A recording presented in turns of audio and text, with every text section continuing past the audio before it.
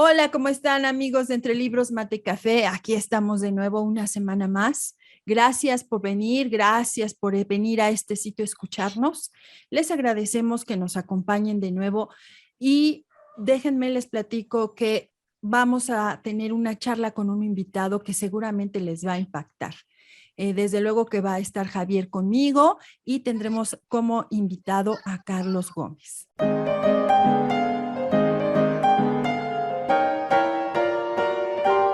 Bienvenidos a Entre Libros, Mate y Café con Laura y Javier Estrada. Entre Libros, Mate y Café advierte que las opiniones vertidas en este podcast son de ávidos lectores a quienes les encanta opinar de lo que leen, porque la vida entre libros tiene más vidas.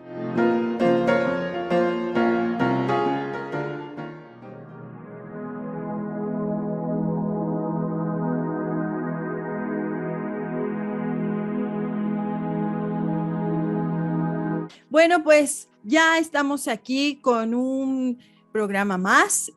Javier, ¿qué tal tu semana? Hoy tenemos un muy buen programa, pero cuéntanos, ¿cómo estás? ¿Qué tal ha sido tu semana? Hola, hola. Bien, gracias. Una semana próspera de trabajo, lluviecita por acá en la ciudad de Guadalajara, calor, en casa, mujer, todo perfectamente bien, sin una relevancia negativa, todo perfectamente bien. Muy bien. Y como les dije, tenemos a nuestro invitado, el ufólogo de Argentina, Carlos Gómez. Carlos, ¿cómo estás? Qué gusto volver a tenerte aquí con nosotros. ¿Qué tal? ¿Qué tal? Buenas tardes, Laura. Buenas tardes, Javier. Un placer enorme de mi parte poder otra vez tener esta oportunidad para poder participar con ustedes en el programa Entre Libros, Mates y Café. Pues muchísimas gracias y hoy vamos a hablar de un tema que yo debo confesar, no sé mucho de él. Para mí es algo que tú nos vas a venir a presentar y a platicar y que bueno, cuando estábamos viendo este tema, yo inmediatamente pensé en un libro. Tú nos vas a hablar de un fenómeno que se llama humanoides, ¿cierto? Así es, totalmente cierto. La primera vez que participamos juntos en estas charlas hablamos del fenómeno OVNI. En este caso en particular estaremos hablando en esa asociación directa, ¿no?, de los supuestos tripulantes de este fenómeno OVNI tan controvertido e investigado a lo largo y a lo ancho de todo el mundo. Así es, el fenómeno humanoide, que es el que tiene esa posibilidad de tener avistamientos presenciales de estos seres de diferentes tamaños, colores, a lo largo y a lo ancho de todo el mundo. Wow, sí, es muy interesante. Y Javier, bueno, a mí este tema me parece muy interesante abordarlo también pues, desde la literatura y desde tu expertise que es como biólogo. Pero bueno, vamos a empezar por la literatura. Creo que nadie mejor que Isaac Asimov con este libro de Yo Robot, Javier. ¿Qué te parece? No, excelente. Y un tema muy controversial. Pudiese parecer fantasía, ficción, pero desde el punto de vista de la biología no es imposible, porque todos sabemos que la recombinación genética eh, te puede generar un montón de posibilidades. Lo que sucede es que hoy por hoy solo conocemos las del planeta, pero eso no implica que pueda haber una recombinación genética con otras formas de vida. Entonces, lo pareciera ficción o fantasía, pero yo creo que desde el punto de vista técnico y científico no es inalcanzable. En el caso de Yo Robot, puede ser para entretener, para divertirse, pero al paso del tiempo fuimos encontrando que los robots son una realidad. Tan es así que invaden toda nuestra vida, ¿no? Desde, no sé si llamar robot a un teléfono inteligente, porque finalmente cuando en la agenda marcamos el nombre, pues ahí él se encarga de buscar el número, los enlaces, bla, bla, bla. Es finalmente una extensión de nosotros. Entonces quiere decir que la tecnología nos ha alcanzado, no es tan extraña como hace muchos años y está más viva y más impregnada en el ser humano. Yo Robot, que es novela de Isaac Asimov, uno de los grandes escritores de ciencia ficción. Digo, para no variar, es una cuestión muy interesante que toda esta cosa de la robótica y ciencia ficción aparece en los Estados Unidos, ¿no? Que tiene esa característica. Pero Yo Robot, que se basa en las 3 leyes fundamentales de la robótica, nos da este panorama de la correlación que puede existir entre los seres humanos y los robots. Si vamos un poquito como ejemplo y recomendable, creo yo, a veces para entender estas cosas, porque cuando uno lee ciencia ficción y de este tamaño de robots y se hablan de detalles técnicos, tiende uno a perderse, ¿no? Ya después de varios libros, pues ya uno más o menos entiende qué es cada cosa.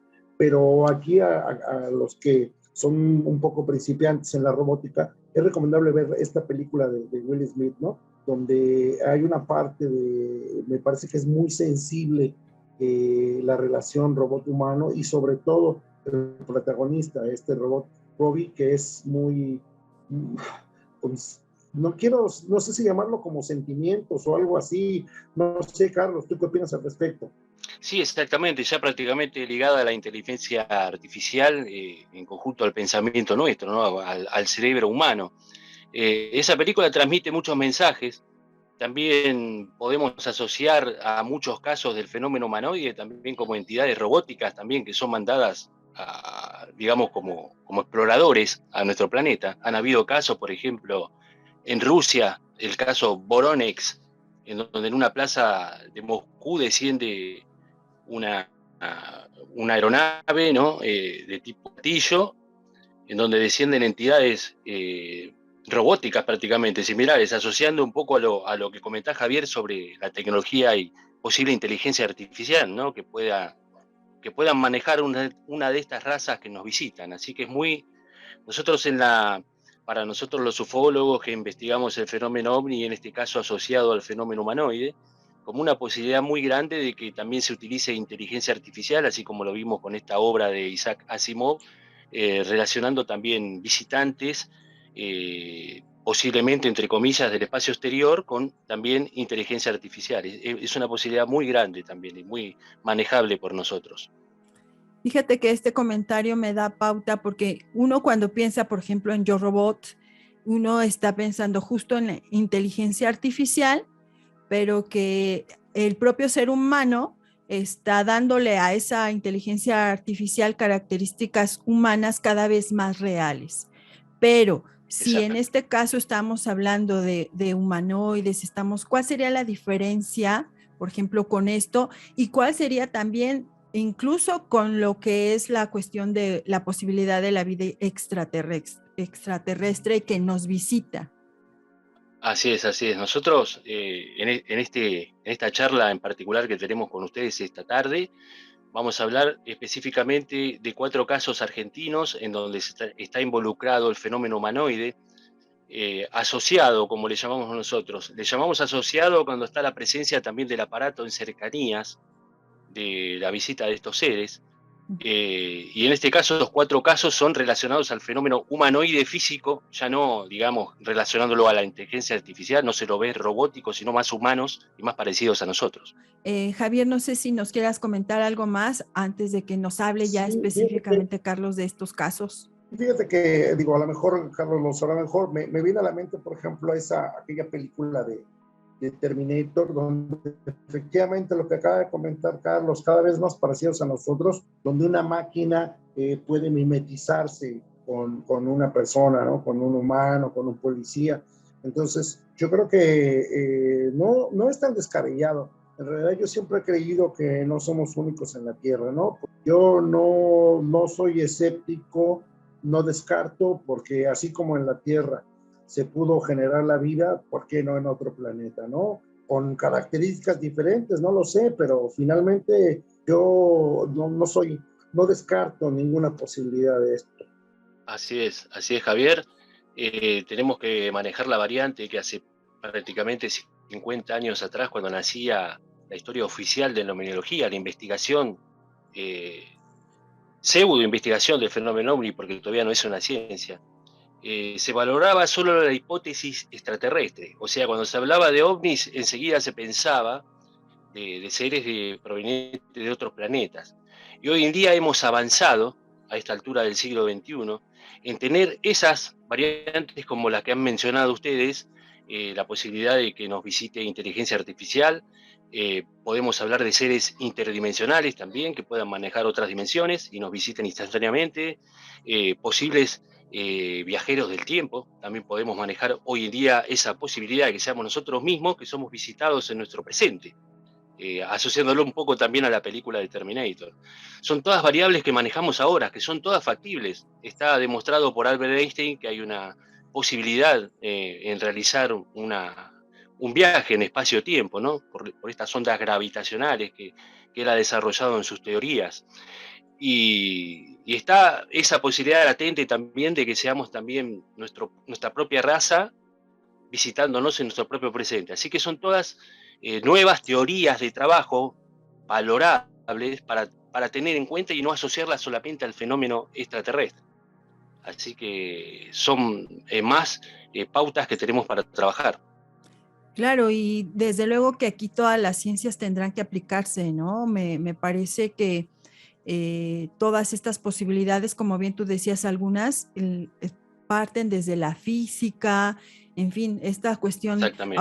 ahorita que decías otras dimensiones, incluso también recordé que recientemente vi una película del Doctor Strange y ahí se habla mucho de otras dimensiones y cosas por el estilo que precisamente esta es una de las razones por las que nos interesa hablar con gente como tú, porque se presta mucho a que haya un ingrediente ahí de fantasía que se pueda desbordar y quisiéramos que tú nos platicaras más acerca de este tema desde, pues como ustedes lo hacen, ¿no? Con estudios, con toda la investigación que se requiere. Así es, así es. De los casos que vamos a conversar esta noche, que cuando ustedes dispongan arrancamos por el primero. El fenómeno OVNI arranca con el avistamiento del piloto norteamericano Kenneth Arnold, que en Mount Rainier, Estados Unidos, divisa 7 platillos volantes, 7 a 9, si no me equivoco. Entonces se le da esa principal característica de platillo volador, ¿no? Por esa forma aerodinámica que él pudo observar. Bueno, aquí 7 años antes tuvimos el primer avistamiento. Esto transcurre en el pueblo de Orense, como había mencionado. Se encontraba la cantina de un pueblito chiquito de no muchos habitantes allí, en donde un chico se acerca a la cantina del lugar muy asustado, diciendo que había visto un avión prendiéndose fuego a pocos kilómetros de allí, ¿no? En pleno campo.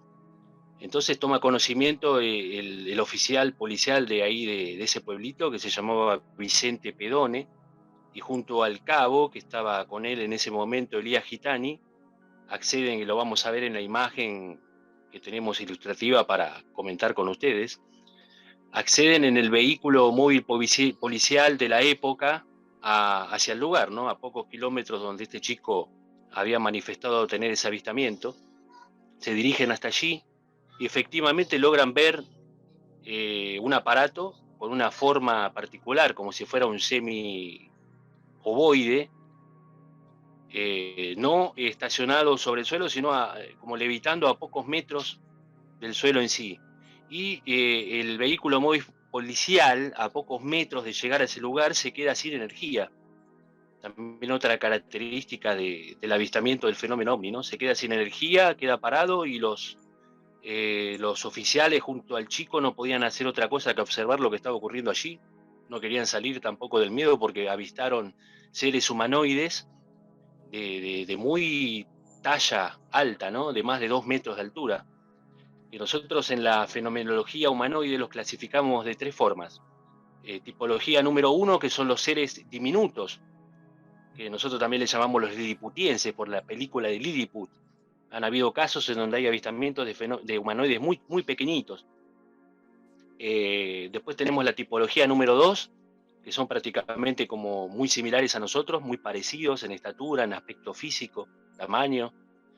Y después tenemos la tipología número 3, que son los seres altos, como en este caso de Orense en 1940, que ya superaban los 2 metros a 2 metros y medio de altura, seres de una talla importante.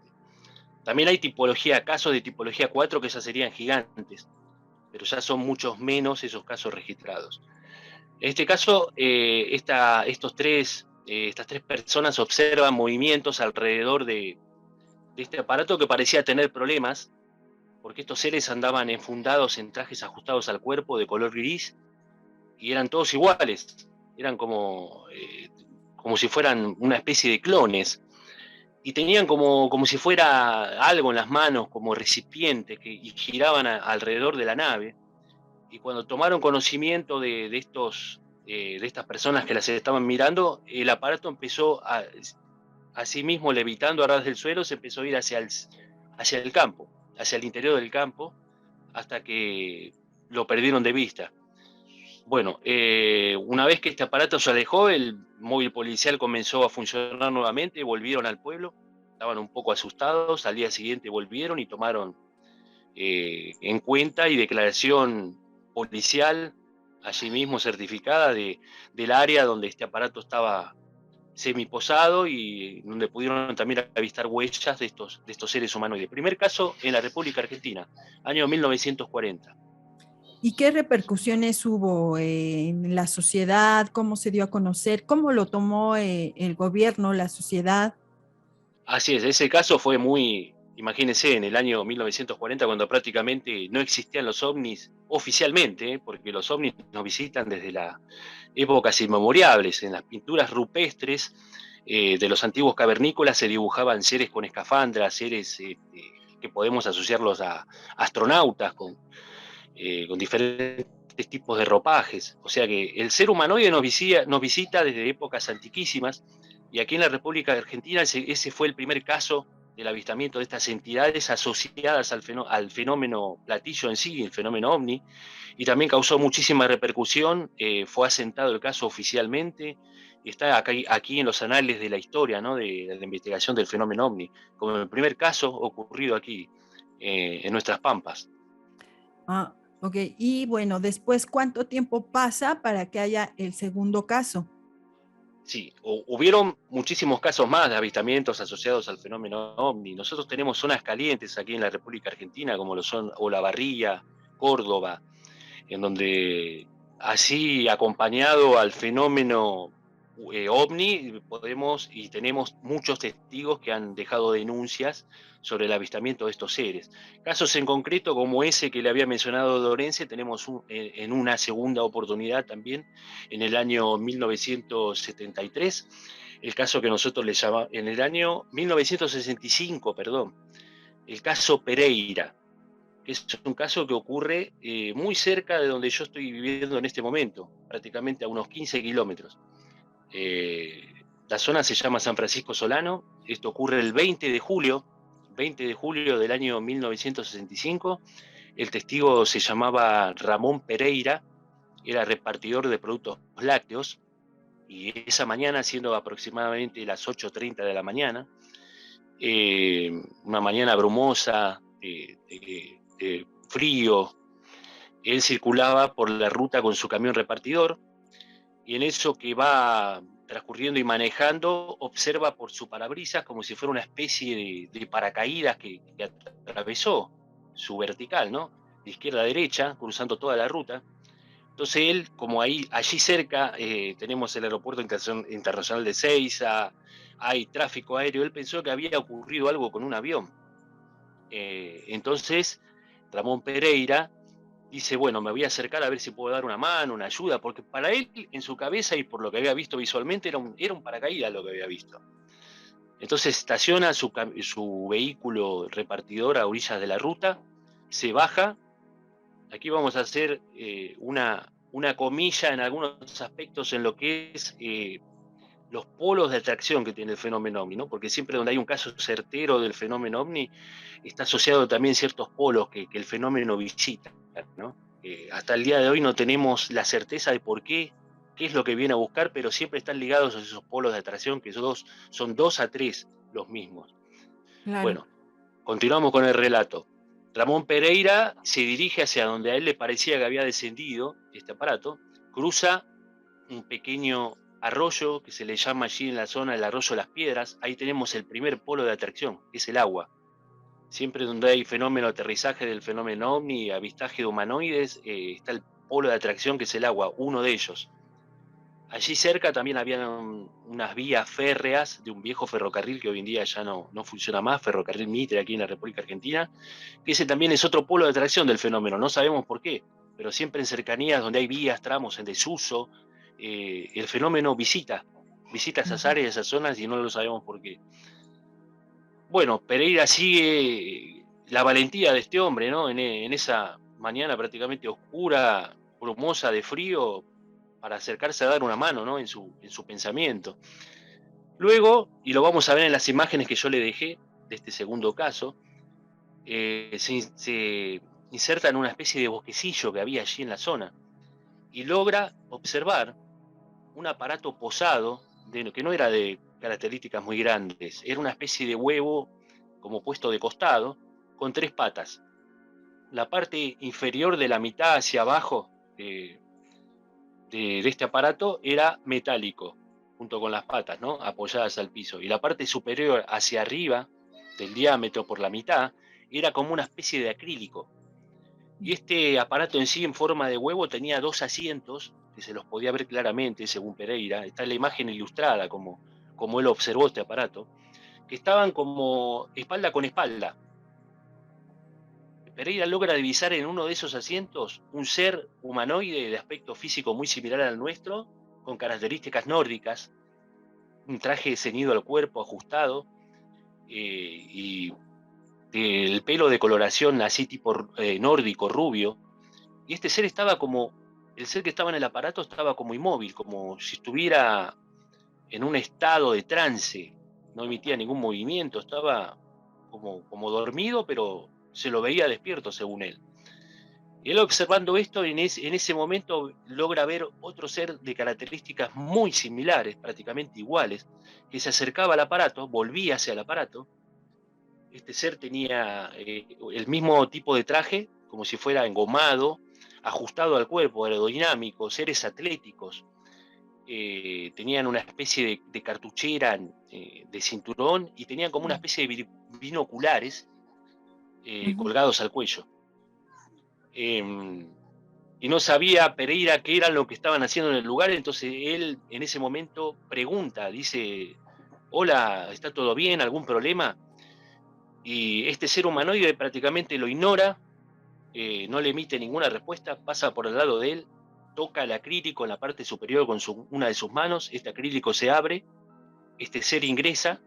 En ese momento Pereira escucha una especie de chasquido, una especie de sonido a soldadora eléctrica, y en ese momento el aparato se empieza a elevar y a pocos metros de altura toma como una forma alargada de luz y desaparece en el firmamento automáticamente. Este es un caso también que ha traído su golpe, digamos, mediático en su época. En la zona se acudieron los investigadores del momento que realizaron rastrillajes, encontraron las huellas asociadas al aterrizaje del fenómeno OVNI en la zona y es un caso certero de aterrizaje asociado al avistamiento del fenómeno humanoide, allí ocurrido el 20 de julio del año 1965. ¿Por qué damos como válido, digamos, este caso? Porque a lo largo de la amplia recopilación que tenemos nosotros de casos de avistamiento del fenómeno humanoide, siempre se ligan estos puntos que les he asociado, que son los polos del aterrizaje del fenómeno. Y siempre cuando hay un caso que es real, que nos damos cuenta que es certero, están estos 3 polos allí en la zona. También se puede sumar el tendido eléctrico, también que está cerca siempre del fenómeno aterrizaje. Y también los comentarios del testigo, ¿no? En casos de humanoides siempre este ser es como que ignora al humano, es como que está haciendo algo, un trabajo, una tarea, y no hay espectacularidad, no es que le da la mano, nos saludamos, le da un mensaje de paz y amor, no, ignoran prácticamente al ser humano, terminan de hacer lo que tienen que hacer y se van. Entonces es un comportamiento muy llamativo y lo hemos vivido en muchos casos de esta asociación al fenómeno humanoide. Claro, y bueno, aquí me gustaría, no sé, Javier, si tengas alguna duda o alguna pregunta que hacerle o comentario. que hacerle a No, Carlos. bueno, quisiera comentar que estas son las cosas que no son tan conocidas, ¿no? Siempre nos quedamos con la idea de que los extraterrestres o la gente que viene o la inteligencia artificial está experimentando con el ser humano, viendo sus comportamientos, cómo destruye el planeta, etcétera, etcétera, ¿no? Pero yo creo que a lo mejor dentro de, comentas esto y me acuerdo mucho de Hombres de Negro, ¿no? Que hay Así es. una amistad, hay un respeto entre los diferentes formas de vida del planeta, ¿no? Lo que comentabas, hay pequeñitos, hay grandes, hay Exacto. gente que no parece humana, etcétera. Y vuelvo a lo mismo, ¿no?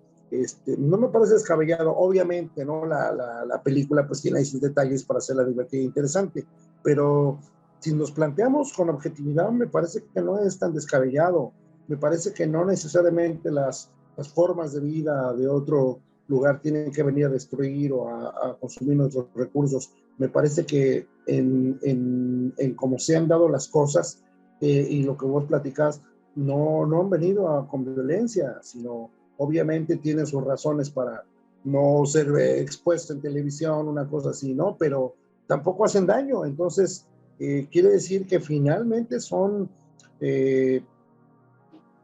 gente, son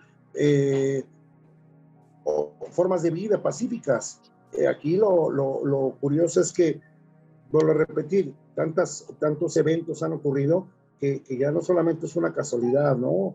Ustedes que hacen un trabajo muy documentado, que tampoco van a arriesgar el prestigio de todo el trabajo que han hecho por una cosa que no es, ¿no? Me parece que es un trabajo serio, aunque yo creo que la mayoría de la gente no cuenta con ello.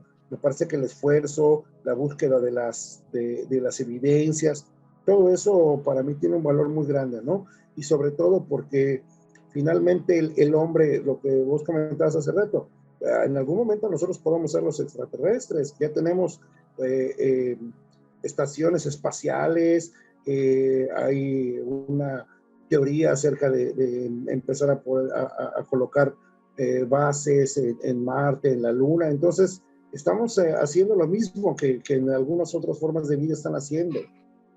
Así es. Y bueno, a mí hay una duda que tengo por ahí que me gustaría, Carlos, que me ayudaras con la respuesta. Pero sí, bueno, se nos está terminando el tiempo de esta primera parte. Y vamos a tener una segunda parte, amigos que nos escuchan, porque todavía tenemos mucho que hablar. Son otros dos casos todavía que Carlos tiene por ahí para nosotros y dudas hay muchas, comentarios también. Pero antes de irnos, en esta primera parte me gustaría preguntarte, Carlos, ¿cómo es que ustedes llegan a definir o cómo es que diferencian de una forma de vida extraterrestre a un humanoide? ¿Cuál es la diferencia? ¿Cómo es que los pueden clasificar de una o de otra manera? Así es. Ese es el caso del comportamiento del fenómeno en sí, del fenómeno humanoide, a través de los testigos, del relato del testigo, ¿no? Que es el ser privilegiado que avista a estos seres allí en primer plano, podemos decirlo, ¿no? Por así decirlo. En donde estos casos que he comentado, por ejemplo, el caso forense ocurrido en 1940, estos humanoides avistados eran de características y morfología muy similar a la nuestra, pero muchos más altos, de más de 2,5 metros de altura, con todo el aspecto humano y físico, ¿no? Les hacía referencia a un caso de tipo robótico, que es el caso ocurrido en Rusia, que ese caso no lo vamos a desarrollar hoy porque estamos hablando de casos autóctonos aquí en Argentina, en donde sí pudieron avistar seres de movimientos robóticos. Inclusive hasta uno de ellos estuvo la posibilidad de que habían secuestrado hasta un niño de allí, de esa plaza de Moscú, ¿no? En Voronezh, en Rusia. Y los relatos de los testigos de aquel evento demostraban de la presencia de seres tipos robóticos, ¿no? De movimientos robóticos y hasta podrían ver brillos de una especie de metalizado. Entonces esa es la clasificación que le da el testigo en sí y nosotros la estadística que tenemos en asociarlo a entidades de tipo biológicas o a nivel de inteligencia artificial, ¿no? Ok, entonces tiene que ver con la forma física que Exacto. tienen, más que con alguna otra característica. Exactamente. Bueno, pues como les había comentado, por este momento se nos terminó el tiempo, pero vamos a continuar la siguiente semana con el tema. Tenemos todavía 2 casos más, todavía tenemos mucho que charlar, amigos. Javier, Carlos, estamos ya por terminar y solamente me resta agradecer. Y a las personas que nos están escuchando, no se pierdan la siguiente semana la segunda parte. Así es, muchísimas gracias a ambos, Javier, Laura, por esta nueva oportunidad y el tiempo tratamos de comprimirlo y resumirlo para dar los más datos técnicos posibles, pero es Sí, sabemos que es un tema sumamente amplio. Pues ya aplicados con un universo con qué comentar, pues bueno, aquí estaremos en esta segunda parte tan interesante. No se lo pierdan, amigos. Bueno, pues, amigos, recuerden que la vida entre libros tiene más vidas.